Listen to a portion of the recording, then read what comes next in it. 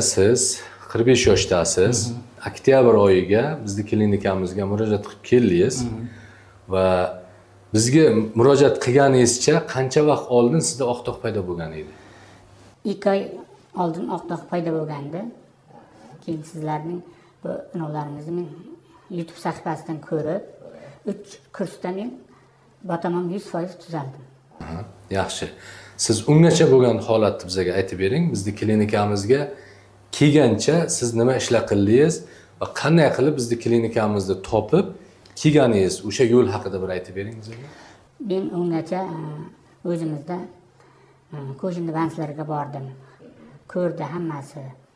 Buni foydasi yo'q dedi. Keyin koronavirusdan odamlar o'lib ketdi. Bu inoqlanadigan kasallik emas, ziyon beradigan dedi. Keyin men juda tushkunlikka tushib qoldim. Ha, vrachlar sizga bu kasallikning davosi yo'q dedi. Ovora bo'lma. Ovora bo'lma dedi. Pulingni ketkizma. Pulingni ketkizma, sen shifo topolmaysan dedi.